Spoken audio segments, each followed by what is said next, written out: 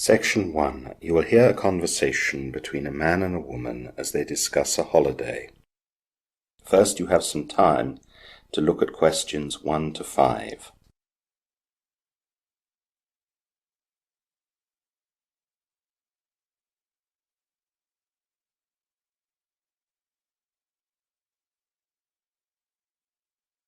Now the full test will begin. You should answer the questions as you listen, as the recording is not played twice. Listen carefully to the conversation and answer questions 1 to 5. Good morning. My name is Keith Waters. I'm interested in finding out about certain type of holiday. Would you be able to help me with that? Welcome to Sunshine Tours Agency. My name's Penny. Yes, I'm sure I can help you with that. What exactly are you thinking about? My wife and I are interested in a cruise of the Mediterranean. That's a nice idea. A cruise on a ship in the Mediterranean is very popular right now. Can I take some basic details from you first so I can work out what kind of cruise might suit you? Of course. So your name is Keith Waters, and your wife's? Her name is Melissa Waters. Would you spell Melissa for me? It's Melissa. And it's just you and your wife? That's right. We don't have any children. Okay, let me make a note of that. Fine. Now, how old are you both? I'm 32 and my wife's 30. Thank you. Now I'd like to ask about your interests and hobbies. This will help in choosing the right cruise for you. We're both keen on traveling, of course. That's why we'd like to go on a cruise. We're also quite sporty. We both swim and jog quite a lot. We're interested in cinema and history. Melissa is also a keen fiction reader, but I prefer nonfiction. What kind of budget were you thinking about? We can spend between $7,000 and $11,000 on the trip. As cheap as possible, of course, is best. Right. I've got all that down. Now, I need to know when you'd like to go on your cruise and for how long. Our holiday window starts on the 1st of July and ends on the 16th of July. Okay. And as for length, we'd like to have at least 14 nights on the ship. Thank you. I'm sure that'll be possible. Before the conversation continues, you have some time to look at questions 6 to 10.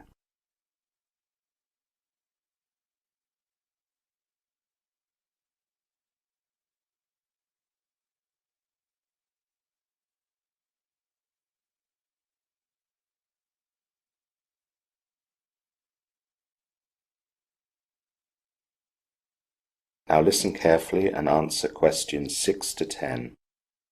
Right. I've got all that down and I've got some ideas for you. I'll just make some notes while I listen, if that's all right. Of course. So, we have 2 boats that fit the dates you want. They sail on different dates, so that gives you some flexibility. First of all, I'd like to suggest the cruise on the boat the Maria Cristina. It's a Spanish boat, and you'd fly to Barcelona to join her. The cruise from there costs $10,500 for both of you, although the flights to get to Barcelona will be extra. With that, you have all food and drinks free during the voyage. You get an inside cabin, which means that you don't get a sea view, but you can upgrade to a sea view for a further $800. They have a cinema on board with different films every night, and there are also lectures on the places where you will be visiting. There are also classes that you can do, for example, painting, cooking, art appreciation, and others. That's just in our budget, but an upgrade would put us over. Yes, you'd have to do without the upgrade. Travel insurance is incorporated within the price, though. What about the next one? That's the Sea Queen. This is also a Spanish boat, but it sails from Marseille in France and follows the same route as the Maria Cristina. Barcelona is the last stop before arriving back in Marseille. This costs $9,000 for both of you, but this includes the return flights to Marseille. With this package, you do get a sea view, and food is inclusive throughout the voyage. All drinks excluding water are extra, though. There are fewer things going on. There is a cinema, but there are no lectures or classes. There is a swimming pool and gym, though, so you'll be able to keep up with your exercise. That's quite a lot of information, so I'd better get back and speak to my wife. She can come back here with me in 2 days, so I'll expect we'll have chosen which boat to go on by then. We can talk further details when we come in then. That's great. See you in 2 days. Yes, see you soon. That is the end of section 1. You will now have half a minute to check your answers.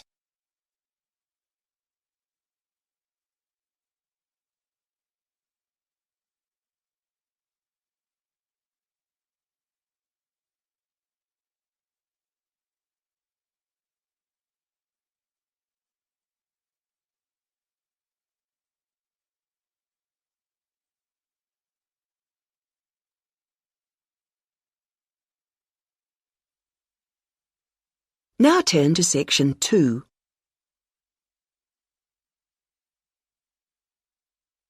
Section 2. You will hear a talk about Run Well, a charity that raises money by organising running races. First, you have some time to look at questions 11 to 17.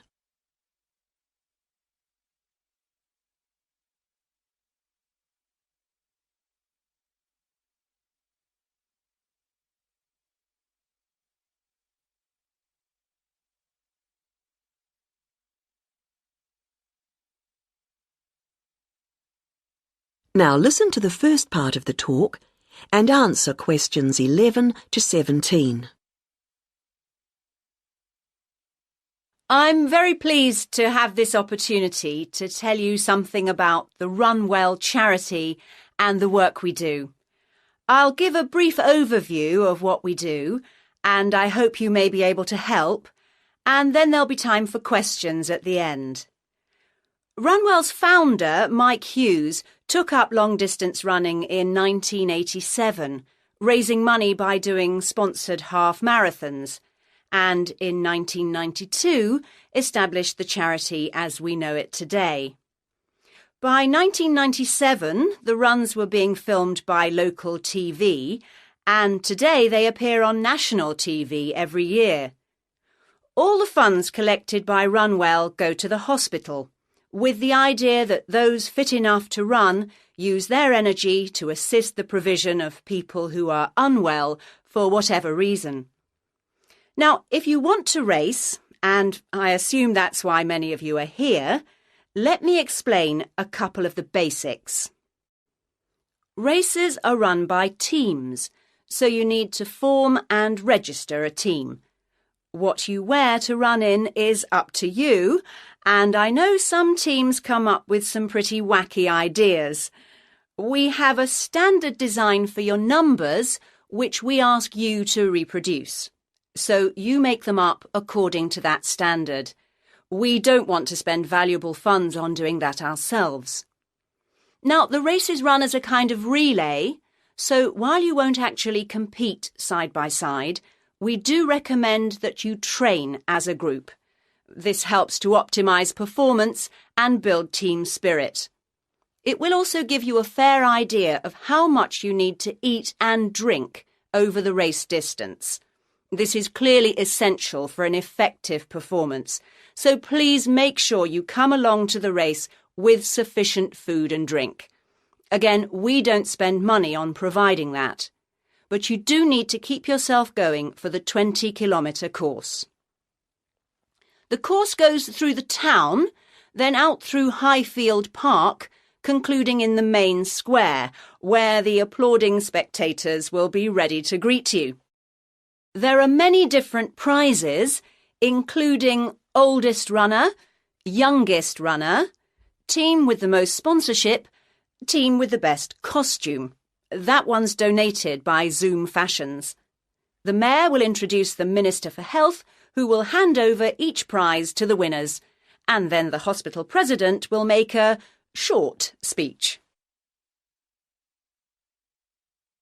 Before you hear the rest of the talk, you have some time to look at questions 18 to 20.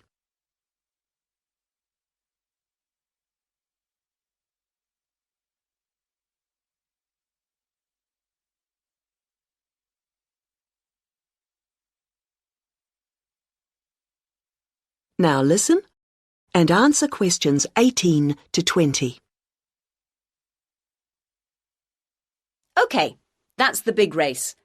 But I know there are many people who don't feel they are up to running a 20-kilometre race, but who would nevertheless like to raise money for Run Well.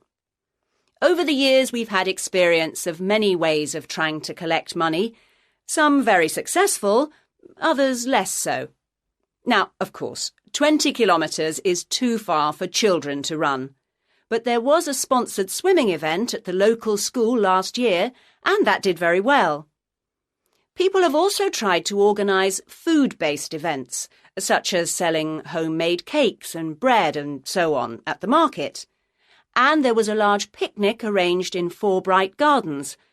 although these events failed to justify the efforts put into them, though I'm sure they were very tasty.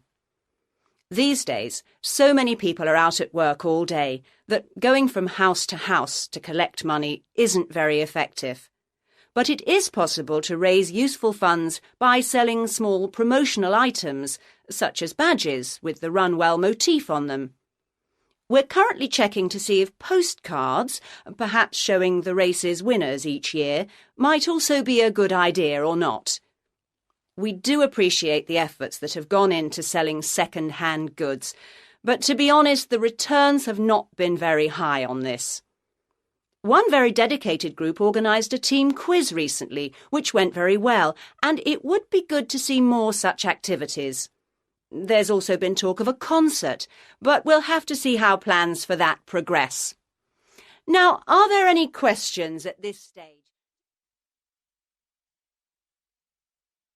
That is the end of section 2.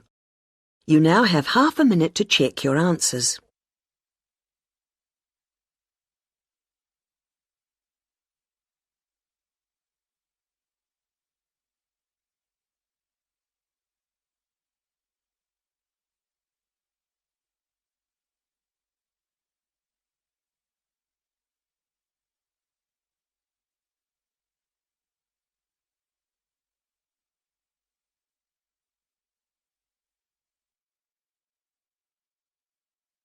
Now turn to Section 3.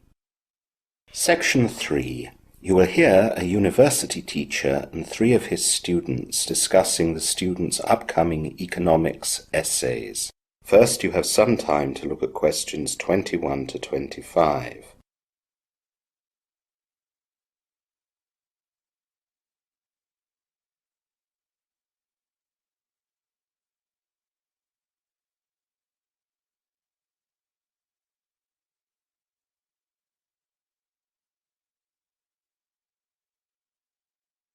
Now listen carefully and answer questions 21 to 25. Good morning, Mr. Stevenson. Good morning, Amy. Are William and Anna with you? They're just coming. Here they are. So, good morning. Now we're all here, let's begin. You've all got your extended economics essays due in next month, and so we're meeting here today to discuss your progress. So, Amy, tell me a little about your essay. Well, it's going fine, Mr. Stevenson. I chose to examine how global oil prices have affected the car industry. That's a good subject at the moment. Those price fluctuations are creating some very unexpected results. Have you had any problems with gathering enough information to shape your essay? Oh, yes. As you said, it's very topical at the moment, and everyone seems to be writing about it. I've more than enough information. Actually, my main headache is with my sources. I don't have much experience with an essay of this type, and I'm not used to creating the citations in the correct way. Yes, the first time that people write an essay at this level, they often have problems with sources. Once you've done a few essays here, you'll learn what to do and you won't have any further problems. We try to help students with this area on our website, where we have a guidance sheet that details all the procedures that you'll need. Oh, good. I'll check that out. Now, how about you, William? You're writing about the Australian fishing industry, aren't you? Things are pretty good, thanks, Mr. Stevenson. I'm not writing about the fishing industry anymore, though. That was my original choice, but I found that the sources weren't very good for that. Really? I thought lots would have been written about that. Well, yes, a lot has been written, but not an awful lot recently. Because there was a shortage in fish stocks around 10 years ago, most writers have focused on that, which means that today's normal situation doesn't attract much attention. Because of that, I decided to write about the effects of immigration on employment figures in the Northern Territory state in Australia. And things are going fine, you say? Yes, I've got plenty of up-to-date sources, but I have a problem with length. I seem to have gone about 2,000 words over the 4,000 word limit. I've reviewed my content and everything I've written is relevant, and there's nothing to cut. Writing too much is a common problem with essays as well. What I can suggest is that you work on the task of revision. Most people find that they are very wordy in their first drafts, and things can be expressed in a much better way with fewer words. I've no doubt that you'll be no different. It will be quite time-consuming, but go through your work sentence by sentence. You'll soon find the length of your essay will soon be acceptable. You now have some time to look at questions 26 to 30.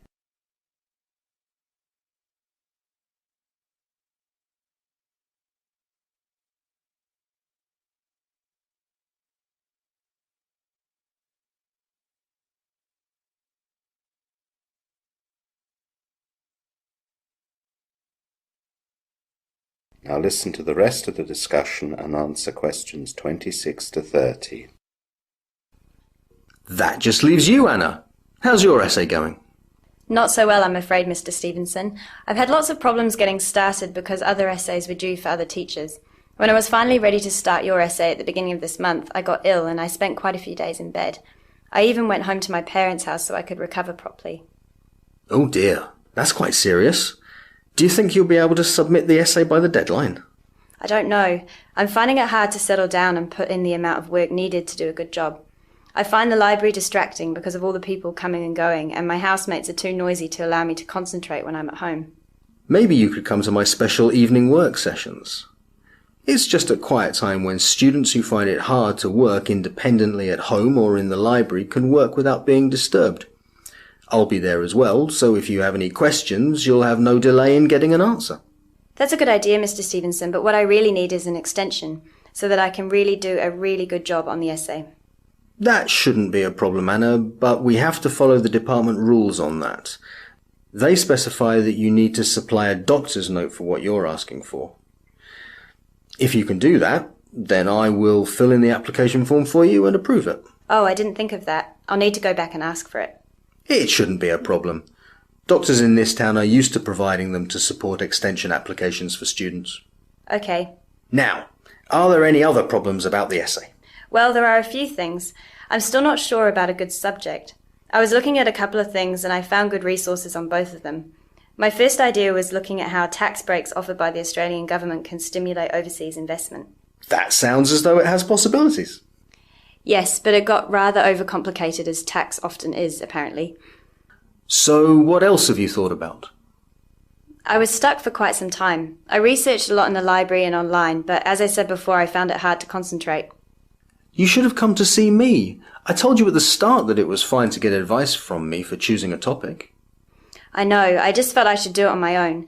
In the end, I looked at a historical overview of imports and exports between Australia and New Zealand. It would mean I would have to travel to New Zealand to check resources there, but my dad said he'd pay for that. I also could avoid having to deal with tax, which would be a bonus.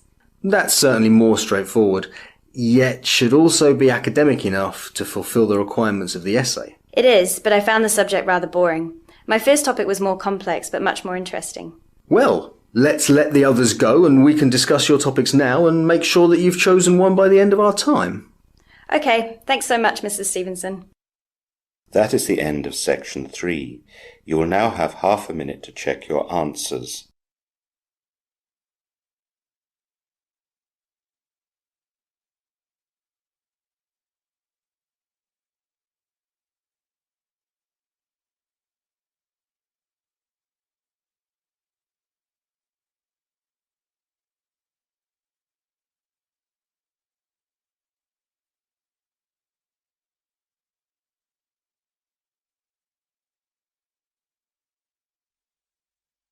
Now turn to section 4.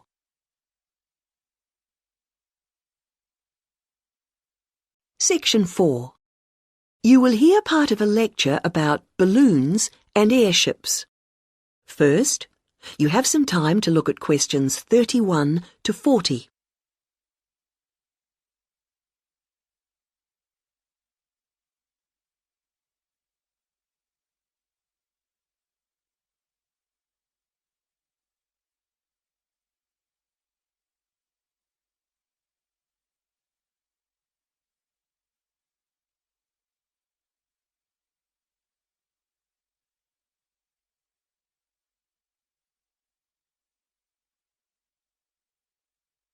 Now listen to the lecture and answer questions 31 to 40.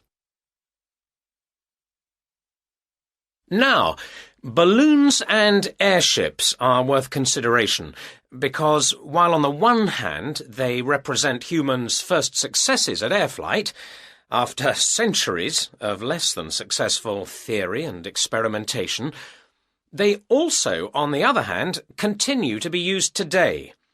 We may have appeared to have moved on to jet planes and space rockets, but you can still see these more primitive flyers in the skies. OK, gas balloons first. France saw the first balloon flight in 1783, and this began a process of development.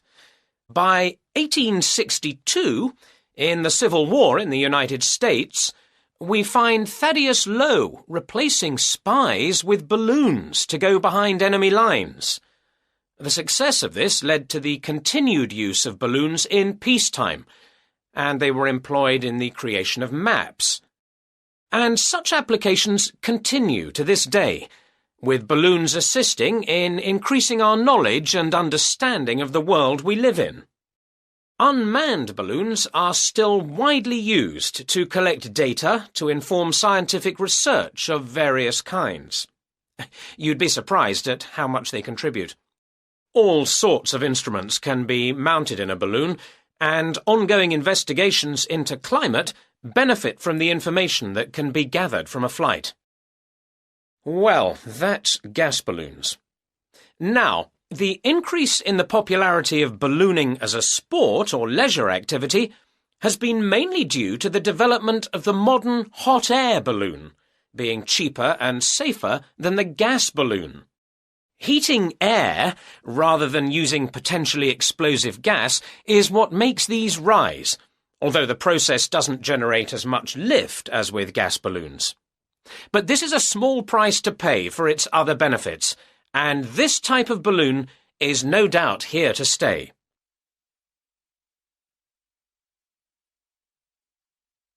Airships are also fairly old in their origins.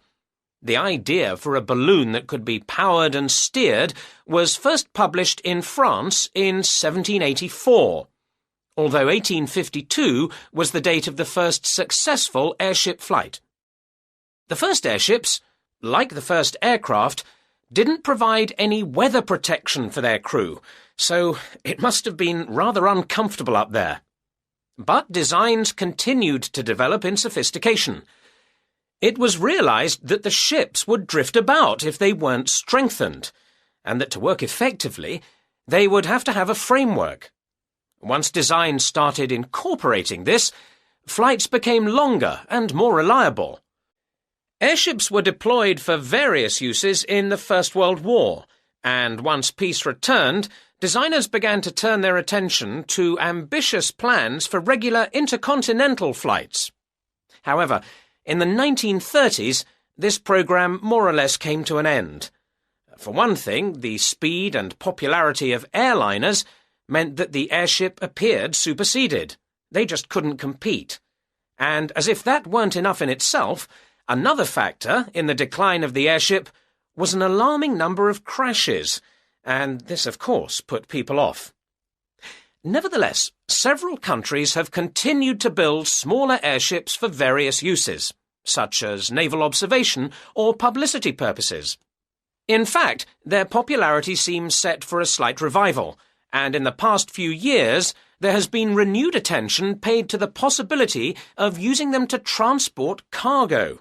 Who knows? Maybe the 21st century will be the age of the airship.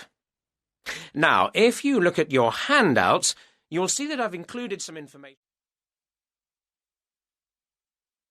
That is the end of section 4. You now have half a minute to check your answers.